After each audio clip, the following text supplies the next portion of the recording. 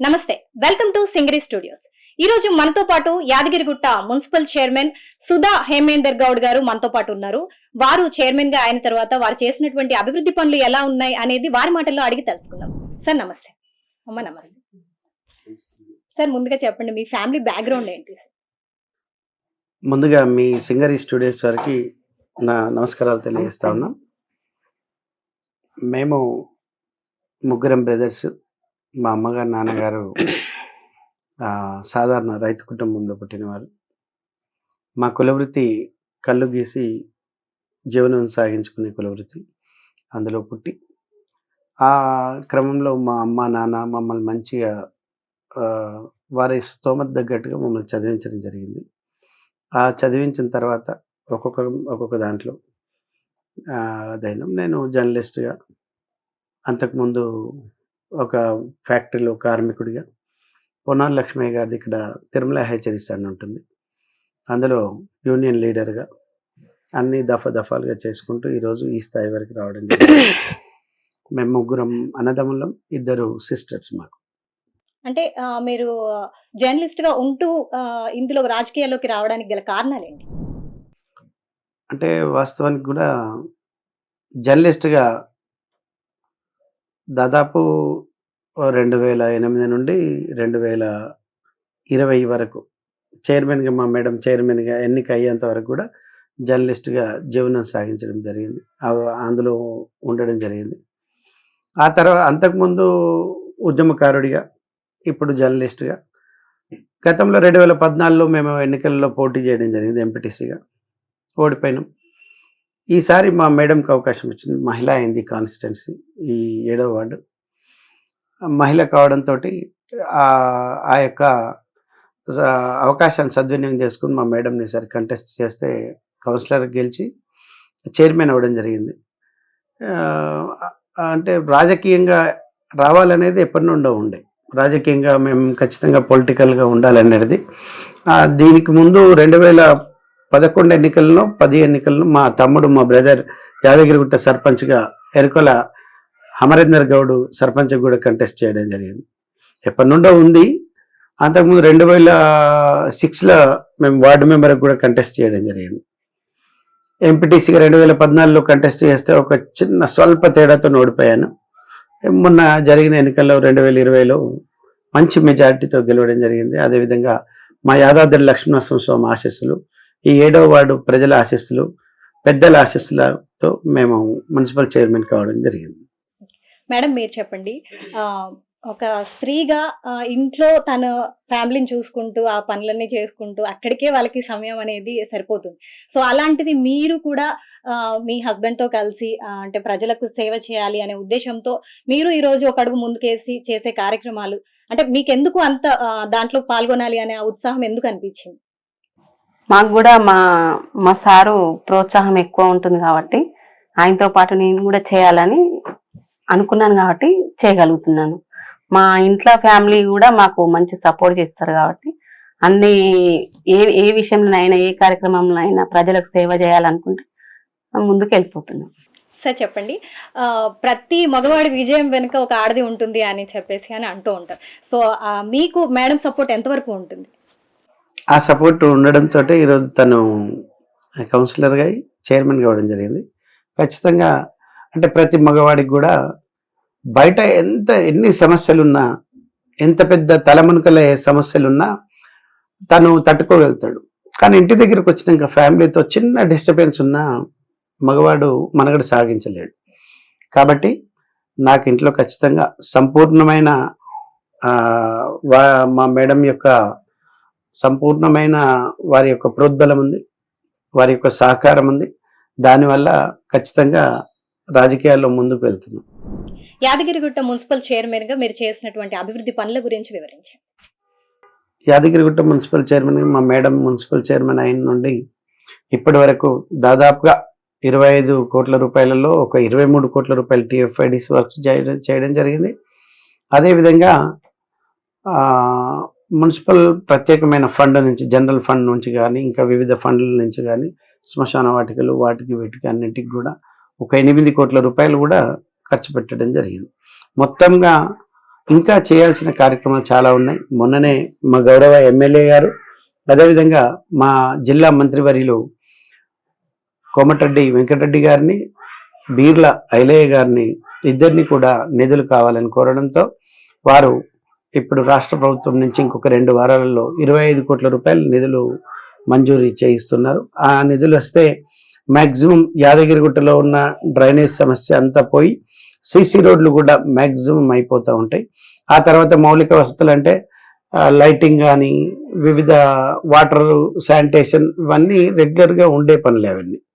కానీ ఇప్పుడు మేము చేస్తున్న వాటిలో ఈ 25 కోట్ల రూపాయలు వస్తే మ్యాక్సిమం యాదగిరిగుట్టలో మురికి కాలువ అనేటిది లేకుండా ఈ ప్రస్తుతానికి చేయడానికి చాలా దోహదపడతాయి ఈ నిధులు. సార్ చెప్పండి, అంటే బీఆర్ఎస్ ప్రభుత్వంలో యాదగిరిగుట్ట యొక్క అభివృద్ధి పనులు బాగున్నాయా, లేదు అంటే కాంగ్రెస్ ప్రభుత్వం వచ్చిన తర్వాత బాగున్నాయా?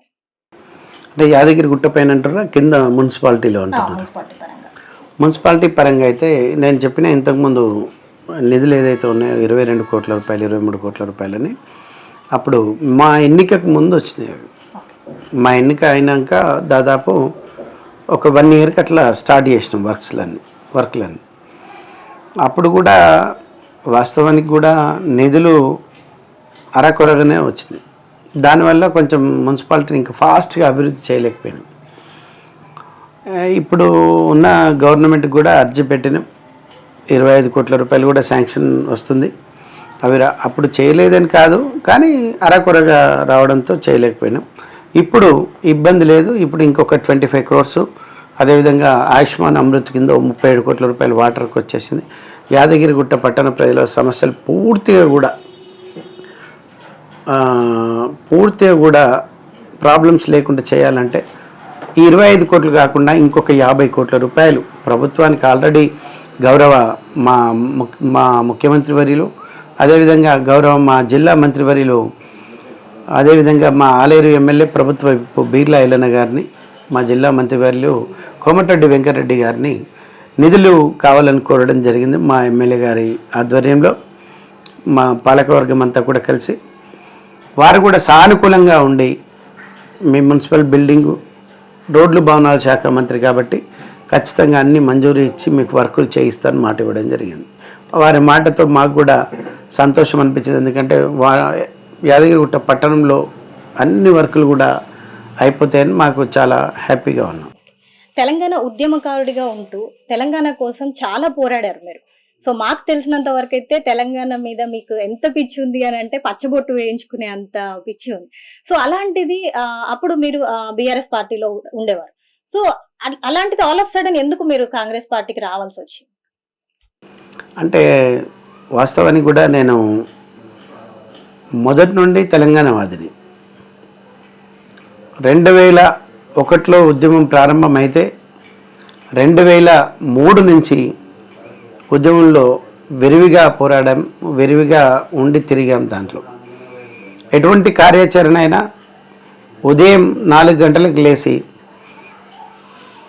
ఇంట్లోంచి వెళ్తే మళ్ళీ సాయంకాలం 7-8 గంటలకు. ఇక కొన్ని సందర్భాలలో ఏది నవంబర్ 28 కేసీఆర్ గారు 2009 నవంబర్ 28లో కేసీఆర్ గారు ఏదైతే దీక్షా శిబిరానికి వెళ్ళారో అక్కడి నుండి అసలు ఇంట్లో లేము.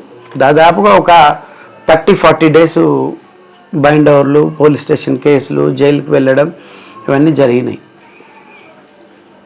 కానీ ఈరోజు ఉన్న పరిస్థితిలో మంచికి ఎక్కడ కూడా స్థానం లేదని అనిపిస్తుంది. నా వాస్తవానికి కూడా నా గుండెలపైన పచ్చబొట్టు అనేది ఉంది. కానీ తెలంగాణ ఉద్యమం చేసే క్రమంలో చాలా కమిట్మెంట్ తోటి ఎటువంటి అపేక్ష లేకుండా చేయడం జరిగింది. కానీ కొందరు స్వార్థపరులు మా యొక్క ఉద్యమాన్ని వాడుకొని వాళ్ళు పైకి వచ్చిన తర్వాత మమ్మల్ని తొక్కేయడానికి ప్లాన్ చేశారు. ఇక అవన్నీ కూడా చాలా ఇబ్బందులు, కావాలని మమ్మల్ని ఇబ్బంది పెట్టడం జరిగింది. అందువల్ల మేము ఆ పార్టీకి రాజీనామా చేసి ఆ తర్వాత రేవంత్ రెడ్డి గారి సమక్షంలో మా గౌరవనీయులు మా జిల్లా మంత్రివర్యులు కోమటిరెడ్డి వెంకటరెడ్డి గారు, అదేవిధంగా మా ఆలేరు శాసనసభ్యులు బీర్ల ఐలయ్య గారి సమక్షంలో ఇక్కడే సైదాపూర్లో రేవంత్ రెడ్డి గారు అడ్రస్ చేసిన ఎన్నికల మీటింగ్లో మేము జాయిన్ కావడం జరిగింది. అటువంటి ప్రాబ్లమ్స్ ఏం లేకుండా మమ్మల్ని అట్లనే నిశ్శబ్దంగా ఉండనిస్తే బాగుండేది. కానీ ఈరోజు భగవంతుడు లక్ష్మీనరసింహస్వామి మాకు మంచిగా చేసిండు. వాళ్ళు చేసిన డిస్టర్బెన్స్లు కూడా తాను ఒకటి తలిస్తే దైవం ఇంకోటి తెలిసిందని మాకు మంచి జరిగేలా చేశారు. చాలా హ్యాపీగా ఉన్నాం. ఎక్కడ ఎటువంటి ఇబ్బందులు లేవు, డిస్టర్బెన్స్లు లేవు. మా ఎమ్మెల్యే గారు కూడా ఏదంటే అది ఫ్రీడమ్ ఇచ్చి మీరు వర్క్ చేయండి, ప్రజలకు అందుబాటులో ఉండండి, ప్రజా సమస్యలపైన పోరాడని చెప్పే వ్యక్తి. కాబట్టి వారి యొక్క సూచనల మేరకు వారి యొక్క ఆదేశానుసారం పనులు చేసుకుంటూ పోతుంది. అంటే ఎమ్మెల్యే బీర్లా ఐలయ్య గారికి మీకు ఉన్నటువంటి సాన్నిహిత్యం ఎలాంటి? ఎమ్మెల్యే గారు చాలా మంచి వ్యక్తి. అనునిత్యం ప్రజల్లో ఉండి చాలా వారికి చేతికి ఎముకలేని మనిషి. చాలా గొప్ప గొప్ప సహాయాలు.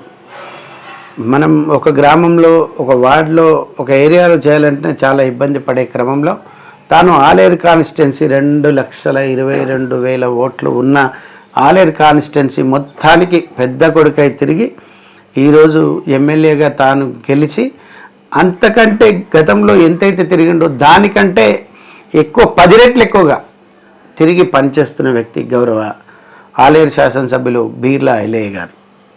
ఇప్పుడు కాంగ్రెస్ ప్రభుత్వం ఇచ్చినటువంటి 6 గ్యారెంటీలు అన్ని అమలు చేస్తుంది అంటారా? అంటే దాని విషయంలో మీ స్పందన? మనం అన్నీ చూస్తున్నామమ్మా, ఎందుకు దాంట్లో డౌటే లేదు. ఎందుకంటే ఆల్రెడీ ఇప్పుడు మనం చూస్తున్న క్రమంలో అభయాస్తం 6 గ్యారెంటీలు ఇచ్చారు. వాటిని ఒక్కొక్కటిగా అమలు చేస్తూ ఉన్నారు. గ్యాస్ అన్నారు, గ్యాస్ ఇస్తున్నారు. జీరో అన్నారు, జీరో కరెంటు బిల్ ఇస్తూ ఉన్నారు. మహిళలకు బస్ ఫ్రీ అన్నారు, బస్ ఫ్రీ ఇస్తూ ఉన్నారు. దాంట్లో చెప్పని కూడా చేసి చూపిస్తూ ఉన్నారు. ఒకటొకటిగా మనం చిన్న సంసారాన్ని నడపాలంటేనే ఎన్నో ఇబ్బందులు వస్తాయి. బాబు వచ్చేసి ఇంకో యూనిఫామ్ కావాలి, లేదు నాకు ఇంకా నేను కాలేజీకి వెళ్ళడానికి బైక్ కావాలి, వయసుల వారీగా అంటే మనం కొద్ది రోజులు ఆగమని చెప్తాం, మనం వెసులుబాటు అయినా కొనిస్తూ ఉంటాం. అటువంటిది తెలంగాణ ప్రభుత్వం 5 లక్షల కోట్లు లోటు బడ్జెట్ ఉన్న ప్రభుత్వాన్ని నడుపుతున్న కాంగ్రెస్ పార్టీ ఈరోజు ఏదైతే మాట ఇచ్చారో ఆ మాట ప్రకారంగా వారు ఆల్రెడీ 3-4 గ్యారెంటీలు అమలు చేస్తూ ఉన్నారు. ఇంకొకటి 2 గ్యారెంటీలు ఉన్నట్టున్నాయి.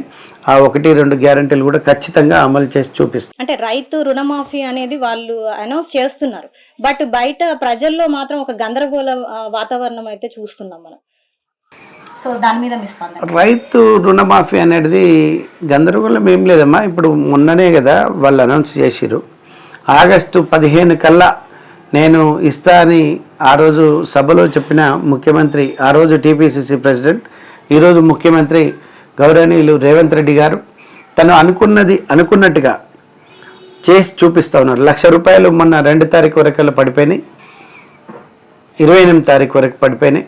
ఇప్పుడు 2 తారీఖు నుండి, నిన్న 2 తారీఖు 1 తారీఖు నుండి ఆల్రెడీ 1,50,000 రూపాయలు పడతా ఉన్నాయి. 15 లోపు అంటే 15 లోపు 2 లక్షల రూపాయలు మాఫీ చేసి చూపిస్తుంది కాంగ్రెస్ గవర్నమెంట్. యాదగిరిగుట్ట మున్సిపల్ చైర్మన్గా రాబోయే రోజుల్లో కూడా మీరు కొనసాగే అవకాశం ఉందా?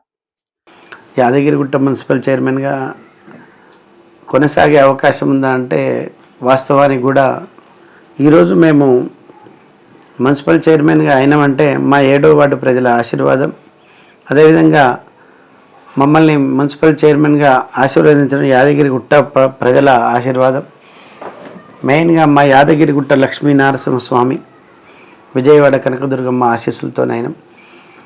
రేపుకు రూపం లేదు, ఎవరు ఏమవుతారో అని చెప్పలేం. కాబట్టి మాకు దాని మీద పెద్దగా రేపు అనే దాని మీద పెద్దగా ఆలోచనలు చూద్దాం. పోటీ అనేది చేస్తాం, గెలుస్తాం. మా గౌరవ ఎమ్మెల్యే గారు బీర్లా ఐలయ్య గారి ఆశీర్వాదం ఉంటే, వారి యొక్క సూచనల మేరకు వారు ఏది చేయమంటే వారు, మా పార్టీ కాంగ్రెస్ పార్టీ ఏ ఆదేశం ఇచ్చినా, లేదు మా ఎమ్మెల్యే గారు ఏ యొక్క ఆలోచన చేసి ఇదే ఉండాలి నువ్వు అని చెప్తే దానికి కట్టుబడి ఉంటాం. వారి యొక్క నిర్ణయం మేము శిరోధారం. ఈ కరోనా టైంలో కూడా మీరు చేసిన సేవకి, అందించిన సేవకి మీకు గుర్తింపుగా వాళ్ళు నంది అవార్డు ఇవ్వడం జరిగింది. సో దానికి మీకు ఎలా అనిపిస్తుంది? అది చాలా సంతోషంగా ఉందండి. అంటే ఇప్పుడు మనం చిన్నగా చేసే సేవా కార్యక్రమం మనకు చాలా సంతోషాన్ని ఇస్తుంది. ఎన్ని డబ్బులున్నా పాడి పంటలు పొంగిపొరలే దారిలో నువ్వు పాటుపడిపోయి సొంత లాభం కొంత మానుకొని పరులకు సేవ చేయవని ఉంటుంది ఒక పద్యం మనం చదువుకున్నాం. అంటే సొంత లాభం కొంత మానుకొని సేవ చేయడంలో చాలా హ్యాపీనెస్ ఉంటుంది. లక్షల కోట్లు ఉన్నవాడు ఎవడు సహాయ సహకారాలు చేయరు. మనం పైన చూసుకున్నా కానీ ఈ అంబానీలు అదానీలు ఎవడు కూడా పనిచేయడు, ప్రజలకు సేవ చేయడు. రతన్ టాటాని చూసుకుంటే మొన్ననే మన కరోనా టైంలో 1600 కోట్ల రూపాయలు ప్రజల కోసం వెచ్చించిన వ్యక్తి రతన్ టాటా. మనం కూడా డబ్బులు పెద్దగా లేకున్నా తక్కువగా ఉన్నా ఎవరైనా ఏదైనా సేవా కార్యక్రమం చనిపోయినా లేదంటే ఇతర యాక్సిడెంట్లు అయ్యి లేదంటే పెళ్ళిళ్ళైనా మేము ప్రతి కార్యక్రమానికి వెళ్ళి వారి ఇంట్లో ఆ కార్యక్రమాన్ని నిర్వహించి మనకు చేతనైన సహాయం చేసి వస్తుంటాం. కాబట్టి వాటన్నిటిని గుర్తించి కరోనాలో కూడా మా మేడం అయితే స్వయంగా ఏదైతే క్యాన్ ఉంటుందో ఆ క్యాన్ పట్టుకొని ఏరియా అంతా కూడా స్ప్రే చేయడం జరిగింది. ఇటువంటి కార్యక్రమాలు ఎన్నో చేసినాం. కరోనా టైంలో చాలా నిర్బంధం ఉన్న టైంలో మా దగ్గర కమలాకర్ అనే అబ్బాయి ఉన్నాడు. తనకు ఇంజక్షన్ అవసరం పడ్డది, వెహికల్స్ రన్ అవ్వట్లేదు. అంత నిర్బంధం ఉన్న టైంలో కరోనాలో హైదరాబాద్ వెళ్ళి ఇంజక్షన్ తీసుకొచ్చి వాళ్ళకి ఇంజక్షన్ చేయించి ఒక 5 నుంచి 10 రోజుల్లో రికవరీ చేయించడం జరిగింది. మనం డబ్బులు ఏం పెడుతున్నాం అనేది ముఖ్యం కాదు, మనం ఎంత టైం ఇచ్చి ఎంత చేస్తున్నాం అనేది. ఇటువంటి సేవా కార్యక్రమాలను గుర్తించి నల్లకుంటలో మన ఆదర్శ కళా నిలయం వారు మాకు నంది అవార్డు ఇవ్వడం జరిగింది. ద లీడర్స్ పేజ్ వాళ్ళు కూడా ఒక విశిష్ట సేవారత్న సర్టిఫికేట్ ఇవ్వడం జరిగింది. చాలా హ్యాపీగా ఉందమ్మా. అంటే ఇప్పుడు సార్ చెప్పారు కదా మేడం, అంటే మీరు కూడా ఆ సేవలో పాల్గొనడం అంటే ఆ టైంలో కరోనా టైంలో ప్రతి ఒక్క మనిషి కూడా బయటికి రావాలంటే కూడా భయపడడం, ఎవరి ప్రాణాలు వాళ్ళు కాపాడుకోవాలి అనే అదే ధోరణిలో ఉన్నారు. సో అలాంటిది మీరు కూడా ఆ సేవలో పాల్గొనడం మీకు ఎలా అనిపిస్తుంది అండి? ఎందుకు మీకు ఆ సేవ చేయాలి అనిపించింది?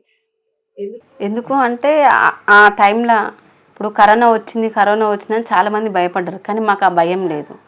మనం ప్రజలకు సేవ చేయడానికి ముందుకు వచ్చినప్పుడు అవన్నీ భయాలు పెట్టుకుంటే నడవదు కదా.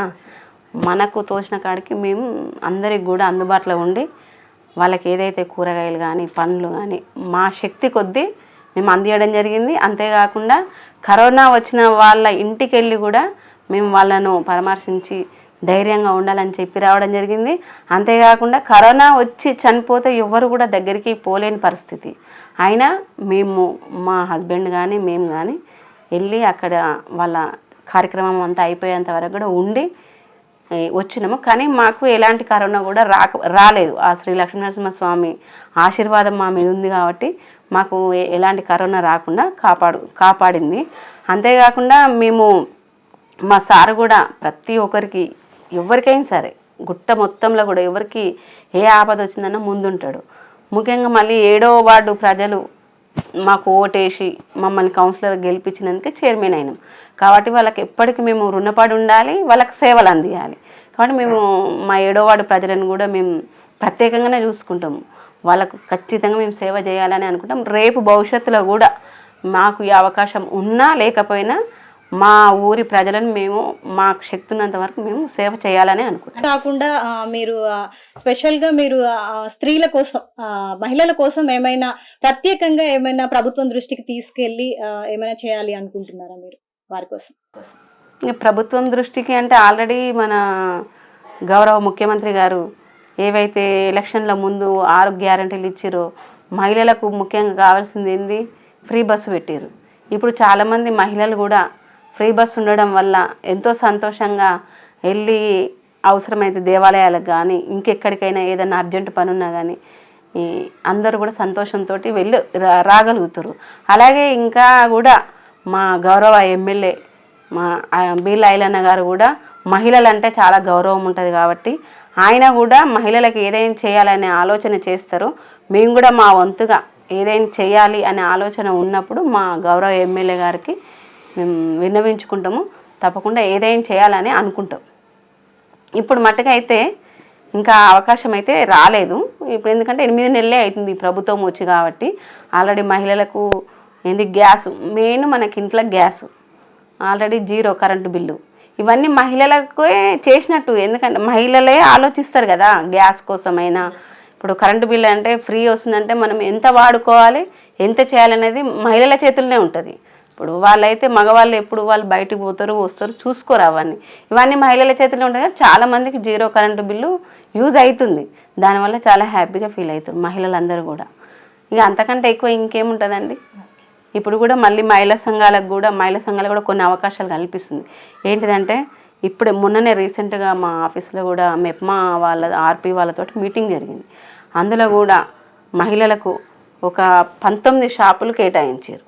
అంటే ఫ్రూట్స్ కానీ, మిల్క్ కానీ, ఈ సౌండ్ సిస్టమ్ పెట్టుకోవడానికి టెంట్ హౌస్ కానీ, ఇంకా ఇతర షాపులు ఏమైనా ఉంటాయి కదా, అవి పెట్టుకోవడానికి లోన్ ఇచ్చి మరి వాళ్ళకి ఈ షాపు పెట్టుకోవడానికి అవకాశం కల్పిస్తారు మహిళలకి. కాంగ్రెస్ ప్రభుత్వమే కదా చేసేది. అదే మేడం చెప్పండి, అంటే ఇంకా మీరు చేసినటువంటి అభివృద్ధి పనులు ఏంటి? మేము మున్సిపల్ చైర్మన్గా 2020లో ఎన్నిక కావడం జరిగింది.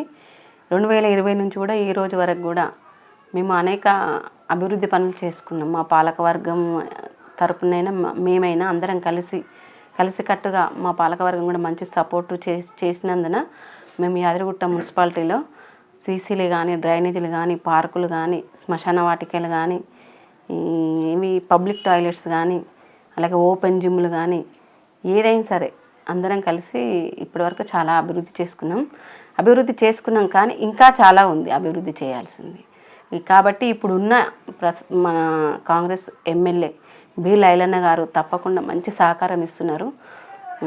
ఆయన సహకారం వల్ల మన యాదగిరిగుట్టను ఇంకా ఎంతో అభివృద్ధి చేసే అవకాశం అయితే నాకు 100% కనిపిస్తుంది.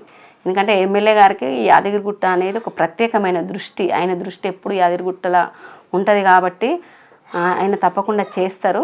అవకాశం ఉంటే మేము ఆ టైం వరకల్లా ఎట్లా ఉంటుందో పరిస్థితి మా సార్ ఇప్పుడే చెప్పారు, రేపు అనేదానికి రూపం లేదని. ఒకవేళ అవకాశం ఉంటే మేము కూడా అందులో పాల్గొంటాం, మేము కూడా పాత్రధారులం అవుతాము. ఇప్పటివరకు అయిన అభివృద్ధి మాత్రం చాలా బాగా జరిగిందండి గుట్టల. ఇంకా చాలా ఇప్పుడు ఒక 45% జరిగింది అనుకోండి. ఇంకా 65% చేయాల్సింది, గుట్టల అభివృద్ధి చేయాల్సింది. అందరూ కూడా సహకరించారు, మా పాలకవర్గం కూడా సహకరించింది. అందరం కలిసి కట్టుగా ఉండి అభివృద్ధి చేసుకోవడం జరిగిందండి. సార్ చెప్పండి, మున్సిపల్ చైర్మన్గా ఉంటూ యాదగిరిగుట్ట అభివృద్ధిలో మీ పాత్ర ఎంతవరకు ఉంది? యాదగిరిగుట్ట టెంపుల్ అనేది చాలా టెంపులే బాగా కట్టడం జరిగింది. కానీ మౌలిక వసతులు లేకుండే అవన్నీ కూడా ఇప్పుడు మేము ఎమ్మెల్యే గారికి చెప్పడం, ఎమ్మెల్యే గారు కూడా స్వతహా అవన్నీ కూడా పరిశీలించి అవన్నీ కూడా మౌలిక వసతులు అన్నీ కూడా చేయిస్తూ ఉన్నారు. వాస్తవానికి కూడా యాదగిరిగుట్టను డెవలప్ చేసినామన్న పేరే తప్ప యాదగిరిగుట్టలో భక్తులకు ఎటువంటి సౌకర్యాలు లేకుండే ఇప్పుడు అవన్నీ కూడా maximum pin to pin night నిద్ర చేయడం, ఇక్కడ పైన పడుకొని నిద్ర చేస్తే స్వామివారి గిరి ప్రదక్షిణ, అదేవిధంగా టాయిలెట్స్ కానీ ఇవన్నీ కూడా ఇప్పుడిప్పుడే పనులు అవుతూ ఉన్నాయి. అవన్నీ కూడా మా గౌరవ ఎమ్మెల్యే గారి ప్రత్యేక చొరవతోని ఇప్పుడు జరుగుతూ ఉన్నాయి. బీర్ల ఐలయ్య గారు ప్రజలకు ఇచ్చినటువంటి మాట నిలబెట్టుకోవడంలో ఎంతవరకు సక్సెస్ అయ్యారు? 100కి 200% సక్సెస్ అయ్యారు. ఎందుకంటే గతంలో ఒక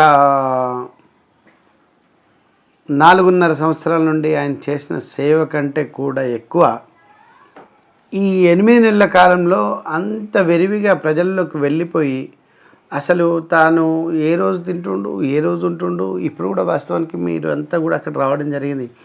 ఒక 800 నుంచి 1000, 800 నుంచి 1000 మంది క్రౌడ్, అక్కడ విపరీతమైన క్రౌడ్. తనకు అసలు వాస్తవానికి కూడా ఆయన 11 to 3 o'clock వరకు నిలబడే ఉన్నాడు. ఒక ఎమ్మెల్యే 11 గంటల నుండి 3 గంటల వరకు నిలబడే ఉన్నాడు. అంత ప్రజల కోసం తాపత్రయపడే వ్యక్తిని నేనైతే గతంలో ఎప్పుడు కూడా చూడలేదు. అంత ప్రజల్లోకి వెళ్ళిపోయి ఆయన ఏదైతే హామీలు ఇచ్చిండో ఆ హామీలన్నిటిని కూడా 5-6% ఇంకా పెండింగ్ ఉండొచ్చు, కానీ మ్యాక్సిమం 90% మట్టుకు కంప్లీట్ చేయడం జరిగింది. తాను మేము అంత 100% అని ఎందుకు చెప్పగలుగుతున్నామంటే మొన్నటి వరకు కూడా మేము ఎమ్మెల్యేని చూసినాము కాబట్టి మేము ఆయన 100% మాట ఇచ్చి నిలబెట్టుకోవడానికి కంపల్సరీ చేస్తాడు. ఆ నమ్మకం మా ఆలేరు నియోజకవర్గం ప్రజలకు ఉంది.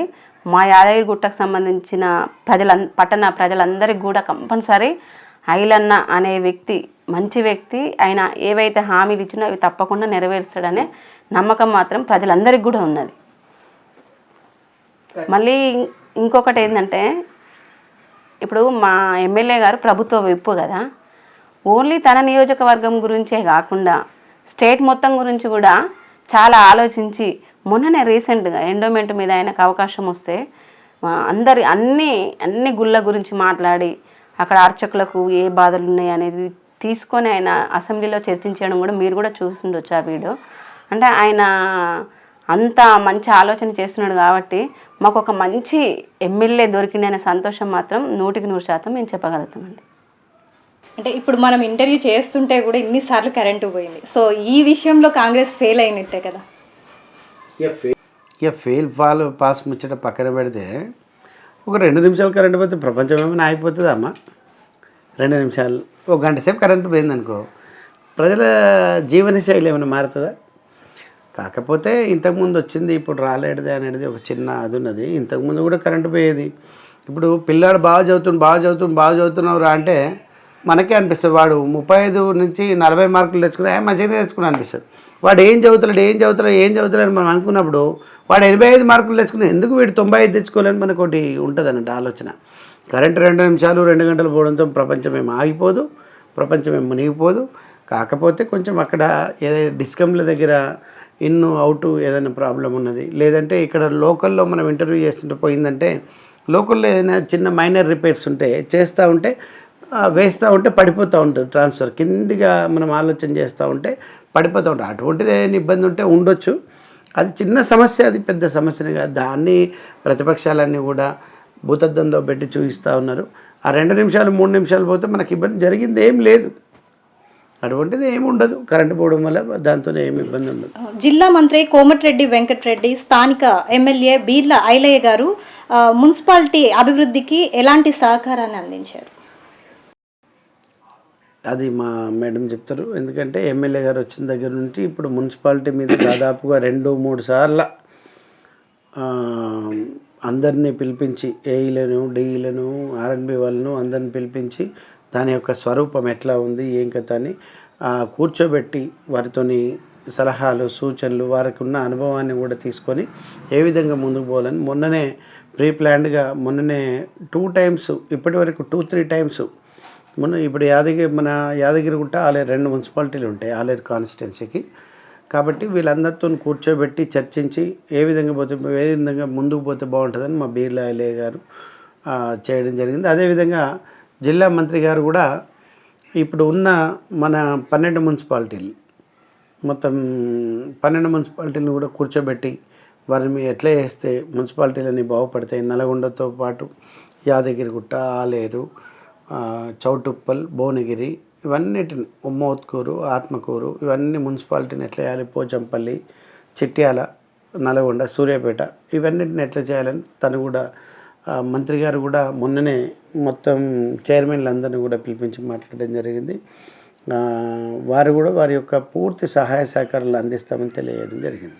అంటే కాసేపు అయినప్పటికీ ఇలా ప్రతిసారి ఈ కరెంటు పోవడం అనేది రైతులకైతే ఇబ్బందికరంగానే ఉంటుంది కదా. రైతులకు ఏమి ఇబ్బంది ఉంటుందమ్మా? ఏమి ఇబ్బంది ఉండదు. ఎందుకంటే వాళ్ళకి ఇచ్చే కరెంటు 1-2 సార్లు పోవడం వల్ల అక్కడ స్థానికంగా ఏదైతే కరెంటు సమస్యలు ఉంటాయో వాటి వల్లనే కరెంటు పోవడం జరుగుతుంది. ఇప్పుడు మనం ఇంటర్వ్యూ చేస్తూ ఉన్నాం, ఎప్పుడు ఫ్యాను ఆగిపోయి ఫ్యాన్ ఏదైతే కరెంటు పోయినప్పుడు ఆగిపోతుందో అది ఊగి ఆగిపోతే కదా తిరిగి ఆగిపోయేలోపు మళ్ళీ కరెంట్ వస్తుంది. అంటే ఏం లేదు, అది ఒక 2 మినిట్స్ 1 మినిట్ 3 మినిట్స్. అది రైతులకు ఇబ్బంది అంటే రైతులు ఆల్రెడీ వాళ్ళకు కూడా ఫుల్ ఆలోచనలో ఉన్నారు. వాళ్ళు ఏదంటే ఇటువంటి చిన్న చిన్న సమస్యలు ఉంటాయని స్టార్టర్లు పెట్టుకొని చేస్తూ ఉన్నారు, వాళ్ళు వ్యవసాయం చేస్తూ ఉన్నారు. రైతులకు ఎటువంటి ఇబ్బంది కాకుండానే ప్రభుత్వం అన్ని విధాలుగా ఆలోచిస్తుంది. వారికి ఎటువంటి ఇబ్బంది ఉన్నా కానీ కాంగ్రెస్ ప్రభుత్వం ఈ ప్రజాప్రభుత్వం వారికి ఎల్లవేళ అండదండగా ఉండి వారిని అన్ని విధాలుగా ఆదుకోవడానికి ఈరోజు రుణమాఫీ చేసిన, మొన్న రైతు బీమా చేసిన, ఏది చేసినా వారి కోసమే చేస్తూ ఉన్నారు. ఈ చిన్న చిన్న అంతరాయాలు అనేటివి వస్తూ ఉంటాయి. మనం చాలాసార్లు చూస్తూ ఉన్నాం, అంతరాయం చింతిస్తూ ఉన్నాం అన్నట్టుగా టీవీలలోనే చెప్తూ ఉంటారు. అటువంటి చిన్న చిన్న డిస్టర్బెన్స్లు అనేటివి కామన్గా జరుగుతూ ఉంటాయి. కానీ అది కూడా లేకుండా చూస్తామని మొన్ననే మంత్రి గారు చెప్పడం జరిగింది, వ్యవసాయ శాఖ మంత్రి. దానికి ఎట్లయినా రెక్టిఫై చేస్తారని అనుకుంటా ఉన్నాం. మేడం చెప్పండి, మహాలక్ష్మి పథకం కింద మహిళలకు 2,500 ఇస్తామని కాంగ్రెస్ ప్రభుత్వం చెప్పింది కదా, అది ఎన్ని రోజులకు అమలు చేస్తుందని మీరు అభిప్రాయపడుతున్నారు? అంటే ఇప్పటివరకు అయితే 4 గ్యారెంటీలు చేశారు, అది ఒక గ్యారెంటీ మిగిలిపోయింది. తప్పకుండా ఇప్పుడు ఏవైతే హామీలు ఇచ్చిరో అందులో 4 కూడా చేసేసిరో. ఇప్పుడు మహిళలకు 2,500 ఇస్తామని చెప్పడం జరిగింది కాబట్టి అది కూడా త్వరలోనే మన గౌరవ ముఖ్యమంత్రి గారు అలాగే మంత్రులు కానీ ఎమ్మెల్యేలు కానీ చేస్తారనే నమ్మకం ఉన్నది. అది కూడా త్వరలోనే చేస్తారని మేము అనుకుంటా ఉన్నాం. అంటే ఇది మహిళా పక్షపాత ప్రభుత్వం. ఎందుకంటే మొట్టమొదటగా ఫ్రీ బస్సే అనేదే గ్యారంటీలో ఫ్రీ బస్ అనేదే మహిళలతోటి స్టార్ట్ చేయించింది కాబట్టి ఇది మహిళా పక్షపాతి ప్రభుత్వం అని మేము అంటున్నాం. అంటే ఆ ఫ్రీ బస్ పెట్టిన ఆ ఫ్రీ బస్ పథకం ద్వారా వీరు అంటే సాటిస్ఫై అయ్యారని మీరు అనుకుంటున్నారా? అంటే మనం చూసినట్టు ఇంతవరకు చూసుకుంటే చాలా గొడవలు కూడా జరిగాయి మహిళల మధ్య. అంటే మీరు అన్నది కరెక్టే, అక్కడక్కడ కావాలని కూడా ప్రతిపక్ష పోలు కూడా బస్సు అనేది అందరికీ హక్కు, అది ఎక్కుతారు. అక్కడ ప్రతిపక్ష పోలే ఏమైనా చేపిస్తుండొచ్చు, అట్లా కావాలని కూడా చేపిస్తుండొచ్చు. ఇంకా కొన్ని ఎక్కువ బస్సెస్ ని అది కూడా చేస్తా రవాణా శాఖ మంత్రి గారు దాన్ని కూడా ఆలోచన చేస్తారు. ఆర్టీసీ బస్సులు ఇంకా పెంచాలి, విరివిగా పెంచాలని మొన్ననే సజ్జనార్ గారితో ఆర్టీసీ ఎండి గారితో మాట్లాడడం జరిగింది. అంటే వాస్తవానికి కూడా మహిళలు ఎక్కువగా ప్రయాణం చేస్తారు. మనం ఇలా చిన్న కిటిక ఆలోచించాలి. మనం అందరం ఏమనుకుంటున్నాం, వాళ్ళు తిట్టుకుంటారు, కొట్టుకుంటారు, ఇబ్బంది అవుతుంది అనుకుంటున్నాం. సరే, ఎంతమంది ప్రయాణం చేస్తూ ఉన్నారు? గతంలో ఆర్టీసీలు, తెలంగాణ ఆర్టీసీలో ఒక్కరోజు 6 లక్షల మంది ప్రయాణం చేసేవారు. ఈరోజు అది 11 లక్షలు, 10 లక్షలకు పెరిగిపోయింది. అంటే ఇప్పుడు అమ్మాయికి ఏదైనా ఇబ్బంది ఉందంటే, అది పిల్లలు ఇచ్చిన దగ్గర అమ్మగారు తొందరగా రెస్పాండ్ అయ్యి వెళ్ళిపోతూ ఉన్నారు. అంటే ఆర్టీసీ కిరాయిలు పెట్టుకోలేక వెళ్ళలేదా అని కాదు, వాళ్ళకి ఏంటంటే ఒక పిల్లోడికి చాక్లెట్ ఇప్పించిన తర్వాత, అరే నువ్వు బాగా చదువుకుంటున్నా ఇది నీ చేతికి ఇస్తారంటే వాడు తొందరగా హోంవర్క్ అంతా చేసి ఆ చాక్లెట్ తినడానికి వెయిట్ చేస్తారు. ఈ ఫ్రీ బస్ ఉంది కాబట్టి ప్రజలంతా కూడా వారికి ఉన్న సమస్యల పట్ల, వారికి ఉన్న ఇప్పుడు ఇంతకుముందు క్యాబులు మాట్లాడుకొని వచ్చేవాళ్ళు ఎవరు, పనిచేస్తున్న వాళ్ళు కానీ, అమ్మాయిలు స్టడీకి వెళ్ళే వాళ్ళు కానీ, అంటే కాలేజీలోకి, ఇంజనీరింగ్ కాలేజీలోకి వెళ్ళేవాళ్ళు. ఇప్పుడు అదేం లేకుండా బస్సే పట్టుకుంటున్నారు. ఇక్కడ వర్క్ చేసే టీచర్స్ కూడా క్యాబ్ పట్టుకొని వచ్చేవాళ్ళు. వాళ్ళు క్యాబ్కి అన్నీ బంద్ చేసేసి బస్సు ఎక్కుతున్నారు, ఆ టైం చూసుకుంటున్నారు, బస్సు 2 hours ముందు వచ్చేస్తారు, బస్సు ఎక్కుతున్నారు, ఇక్కడ ఎదుగుతున్నారు. అంటే వాళ్ళకి ఏమైందంటే రవాణా సౌకర్యం పెరిగింది ఫ్రీ బస్ వల్ల. 6 లక్షల మంది ప్రయాణం చేసేది 9 లక్షలు, 10 లక్షల మంది, 11 లక్షల మందికి రోజు పోతూ ఉంది. అంటే మనం చిన్న చిన్న సమస్యలే చూస్తూ ఉన్నాం తప్ప, మనకు కూడా మన ఇంట్లో పిల్లోడు చిన్నగా వాడు ఆని కొట్టి వీని కొట్టి ఇంటికి పంచాలు తెస్తారు. కానీ వాడు చదువుకుంటే నంబర్ 1 స్టూడెంట్ వాడు. మనం నంబర్ 1 స్టూడెంట్ అనే క్యాలిక్యులేట్ చేయాలి. చిన్న సమస్యలు అనేవి అవుతూ ఉంటాయి, పోతూ ఉంటాయి అని నా ఆలోచన. అంటే దానివల్ల ఈ ఆటో వాళ్ళకి కూడా ఇబ్బంది కలిగిన, వాస్తవానికి ఆటో వాళ్ళకి ఇబ్బంది కలుగుతుంది అనేది నిజమే. ఎందుకంటే మా మంత్రివర్యులు కూడా దాని గురించి ఖచ్చితంగా ఆలోచిస్తున్నారు. ఆ ఆలోచనతో ఇప్పుడు ఆటో వాళ్ళకు కూడా, ఇప్పుడు మా దగ్గర స్థానికంగా ఆటో వాళ్ళది 300 ఆటో కార్మికుల సమస్య ఉండే. గుట్ట మీదకి ఎక్కకుండా ఆ రోజు కేసీఆర్ గారు వచ్చిన తెల్లారి నుండి వాళ్ళకి వారం అని చెప్పి ఇప్పుడు 3.5-4 సంవత్సరాల నుంచి రోడ్డున పడే సమస్య ఉండే. కానీ దాన్ని అధిగమించి గౌరవ ఎమ్మెల్యే గారు, మా మంత్రివర్యులు దాన్ని అధిగమించి ప్రభుత్వంతో మాట్లాడి 3 టైర్లైనా 2 టైర్లైనా 5 టైర్లైనా వాడి జీవనం సాగిస్తూ ఉన్నాడు. కాబట్టి ఖచ్చితంగా ఆటో కార్మికులకు న్యాయం జరగాలని 300 ఆటోలు ఈరోజు గుట్టపైకి ఎక్కించిన చరిత్ర కాంగ్రెస్ పార్టీది, బి లైలే గారిదని మీ అందరికి తెలియజేస్తా ఉన్నాను. చివరిగా కాంగ్రెస్ పై ఉన్న నమ్మకం ప్రజల్లో ఎలా నిలబడుతుందంట? ఖచ్చితంగా నిలబడుతుంది. ఎందుకంటే వారు 100 రోజులు అన్నారు, 100 రోజులనే పథకాలు ప్రారంభించారు. గతంలో దళిత ముఖ్యమంత్రిని చేస్తాను చేయలే, 3 ఎకరాల భూమి ఇస్తాను ఇయ్యలే, డబుల్ బెడ్రూమ్లు చేస్తామని చేయలే. ఇక చాలా అనేక వాగ్దానాలు పొద్దుక నుంచి రేపు పొద్దుగాల దాకా ముచ్చట పెట్టుకోవచ్చు, గసోడు వాగ్దానాలు ఉన్నాయి. సరే పర్లేదు, ఈరోజు ఏదైతే 100 రోజులలో మేము అమలు చేస్తామని చెప్పడం జరిగిందో ఆ 100 రోజులలోనే పథకాలని అమలు చేయడం ప్రారంభించారు. అది ఖచ్చితంగా ఈరోజు మట్టుకు మొన్న ఎన్నికల సందర్భంగా చెప్పినట్టుగా 2 లక్షల రుణమాఫీ కూడా రేపు 15వ తారీఖు వరకు పూర్తి అయిపోతుంది, ఒక నెలలోనే పూర్తి చేసి. కాబట్టి ఖచ్చితంగా ప్రజలకు కాంగ్రెస్ పార్టీ మీద నమ్మకం ఉన్నది. కాంగ్రెస్ పార్టీ ప్రజలు ఓట్లేసి గెలిపించిన ప్రభుత్వం, కాంగ్రెస్ పార్టీ తెచ్చిన ఈ యొక్క ప్రభుత్వంలో ప్రజాప్రభుత్వంగా విరాజిల్లుతుంది. ఈ 5 ఏళ్ళే కాదు, ఇంకో 5 ఏళ్ళు కూడా కాంగ్రెస్ పార్టీ ఖచ్చితంగా మనుగడ సాగిస్తూ ప్రజల మన్ననలు పొందుతుందని మీ అందరికీ తెలియజేస్తా ఉన్నాను. మేడం చెప్పండి, అంటే మీరు ఈ రాజకీయాల్లోకి రాకముందు ఇంతకుముందు ఏదైనా వర్క్ చేసేవారా? అవునండి, నేను ఒక 20 ఇయర్స్ తిరుమల హ్యాచరీ అని ఉంది, అక్కడ వ్యాక్సినేటర్గా చేసేదాన్ని. మేము అక్కడ యూనియన్లో కూడా వైస్ ప్రెసిడెంట్గా, అట్లనే ఒక 10 సంవత్సరాలుగా లీడర్గా కొనసాగిన.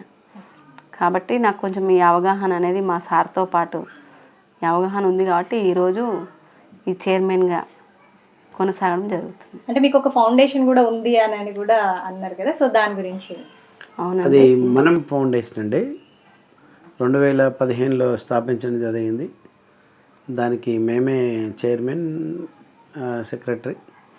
ఎందుకంటే 2013 సంవత్సరంలో మా పెద్ద అబ్బాయి కొంచెం ఇబ్బంది జరిగినుండే.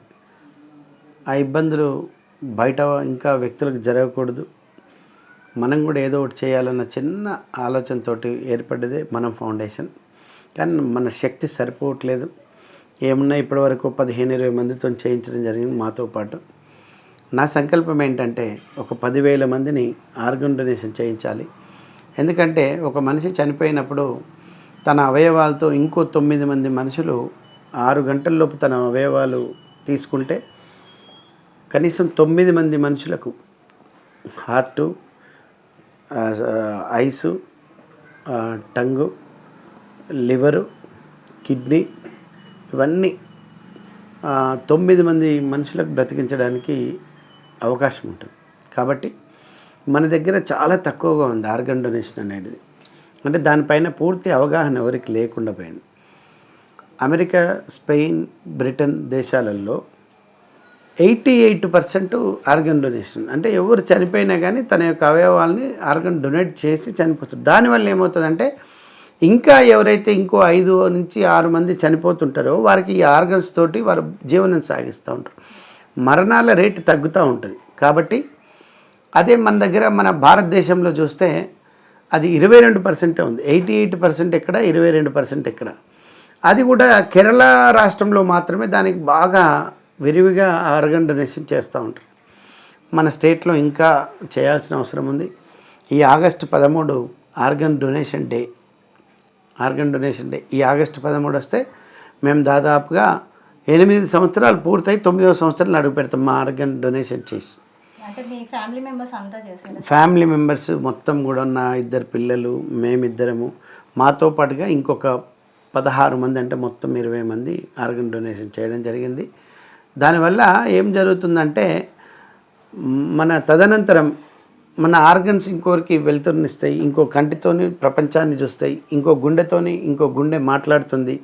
ఇవన్నీ జరుగుతూ ఉంటాయి. కాబట్టి ఆ యొక్క ఆలోచన మా ఇంట్లోనే మాకు జరిగిన ప్రాబ్లం ఇంకా ఎవరికి కూడా అటువంటి ప్రాబ్లం జరగద్దు అనే ఒక చిన్న ఆలోచనతోనే వచ్చింది మనం ఫౌండేషన్. కానీ మా శక్తి సరిపోవట్లేదు, ఇంకా శక్తిని కూడగట్టుకొని దాదాపుగా ఒక 10,000 మందిని ఆర్గన్ డొనేషన్ చేయించాలనే మా ఆకాంక్ష. అది ఎంత ఇబ్బంది జరిగినా మా తుది శ్వాస విడిచేలోపు ఒక 10,000 మందిని ఆర్గన్ డొనేషన్లో చేర్పించి మా లక్ష్యాన్ని నెరవేర్చుకుంటామని తెలియజేస్తా ఉన్నాం. అంటే అంత పెద్ద మనసుతోటి ఈ నిర్ణయం తీసుకున్నారు, మీ తదనంతరం కూడా అవయవదానాలు అని చెప్పేసి. అంటే అంతగా మిమ్మల్ని బాధ పెట్టిన సంఘటన ఏంటి? మా పెద్ద బాబుకి వైట్ ప్లేట్లెట్స్ ఉత్పత్తి చేసే ఏదైతే ఆ బోన్ ఉంటుందో ఆ బోన్ మ్యారోలో చిన్న ప్రాబ్లం వచ్చింది. ఆ బోన్ మ్యారోని బాగా ఒక 4 months అట్లా ట్రీట్మెంట్ చేయించి ఇంటికి తీసుకురావడం జరిగింది. డాక్టర్స్ చెప్పారు ఆయన అప్పుడు 8 years ఉండే, 16 సంవత్సరాల వరకు తనని కాపాడుకోవాలి. 16 సంవత్సరాల నుంచి ఆటోమేటిక్గా అది బోన్ మ్యారో అనేది చాలా రకాలుగా ఉత్పత్తి అనేది చేస్తూ ఉంటుంది బ్లడ్.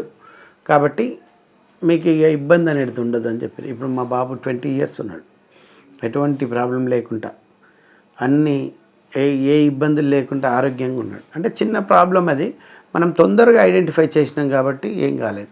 ఇట్లా ఐడెంటిఫై చేయని వాళ్ళు చాలామంది, రోజుకు 5 నుంచి 8 మంది రోజు చనిపోతూ ఉన్నారు.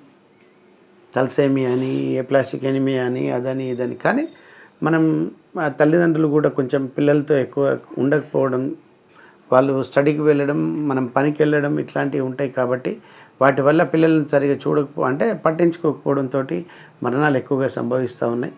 కావున నేను కూడా తల్లిదండ్రులకు కూడా ఒక సూచన, పిల్లల్ని ఏదైతే చిన్న వయసు నుంచి 14 సంవత్సరాల్లో పిల్లలు ఉన్నారో వారిని జాగ్రత్తగా కాపాడుకోవాలి.